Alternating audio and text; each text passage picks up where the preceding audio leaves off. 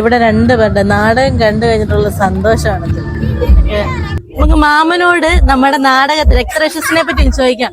പണ്ടത്തെ രക്തരക്ഷസ് മാമൻ കണ്ടതാണ്, അതും ഇതോടെ വെച്ചുള്ള മാമന്റെ ആ ഒരു എക്സ്പീരിയൻസ് എങ്ങനെ അത് മാമനിൽ നിന്ന് നമുക്കെന്നറിയാം. എങ്ങനെ ഉണ്ടായിരുന്നു മാമ ഇപ്പൊ കണ്ടിട്ട്?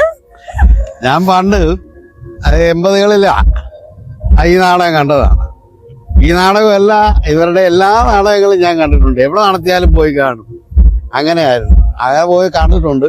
പക്ഷെ അന്നത്തേതിൽ നിന്നൊക്കെ ഒരുപാട് വ്യത്യാസമാണ് ഇപ്പോ. ടെക്നിക്കലായിട്ട് അതിന്റെ ഒരുപാട് മാറ്റങ്ങള് ലൈഫിൽ ഒരു തവണയിലും കണ്ടിരിക്കേണ്ട നാടകമാണ്. സാധാരണ മറ്റു നാടകങ്ങൾ കാണുന്ന പോലെയല്ല, ഇതൊരു ഭയങ്കര സെറ്റപ്പാണ്. നമുക്ക് നിലാമോടേന്നും അമ്പാടിമോന്റെയും ദേവൂന്റെയും ഒക്കെ ഒരു അവരാ രക്തരക്ഷസ് ഇവർ ആദ്യമായിട്ട് കാണുന്ന നാടകം. സിനിമ കാണുന്ന പോലെ അല്ലല്ലോ നാടകം.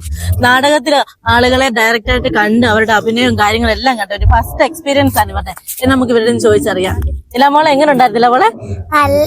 നല്ല രസമുണ്ടായിരുന്നു, പക്ഷെ ചെറിയൊരു പേടിയും. ആണോ? ചെറിയൊരു പേടി.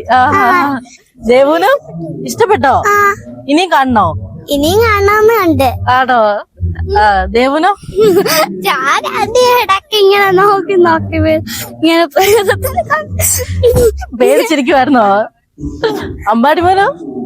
ഞാനവിടെ പേടിച്ചിരിക്കുവായിരുന്നു. അതെയോ? പിന്നെ ചില പ്രേതം വന്നു കഴിയുമ്പോ എനിക്ക് വലിയ പേടിയില്ല. വന്നു കഴിയുമ്പോ പേടിയില്ല, വരുന്നതിന് മുമ്പാണ് പേടി. സൗണ്ടൊക്കെയോ? സൗണ്ടൊക്കെ എങ്ങനെ ഉണ്ടായിരുന്നു? വലിയ സൗണ്ടിലൊക്കെ ഞാൻ പേടിച്ചോ? ഇഷ്ടപ്പെട്ടോ? ഇനി ചാപ്റ്റർ 2 കാണാൻ പോവോ? എല്ലാ പാടവും ഞാനാണ്. Okay okay okay. ആദ്യമായിട്ടാണ് ഒരു തിയേറ്റർ എക്സ്പീരിയൻസിൽ ഒരു നാടകം കാണുന്നത്.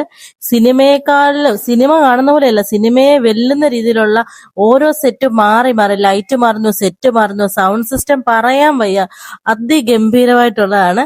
ലൈറ്റ് വരുന്നു, കാറ് വരുന്നു, ഇടിമിന്നലെ, വെള്ളച്ചാട്ടം, അങ്ങനെ അത് നിങ്ങളൊന്ന് കാണേണ്ട, ലൈഫിൽ ഒരു തവണയിൽ എക്സ്പീരിയൻസ് ചെയ്യേണ്ട ഒരു കിടിലൻ ഐറ്റം. അങ്ങനെ രക്തരക്ഷസ് നാടകം നമ്മൾ കണ്ടിറങ്ങിയേക്കുവാണ്. ലൈഫിൽ ഒരു തവണയെങ്കിലും എക്സ്പീരിയൻസ് ചെയ്യേണ്ട ഒരു വണ്ടർഫുൾ സൂപ്പർ ആയിട്ടുള്ള ഒരു നാടകമാണ്.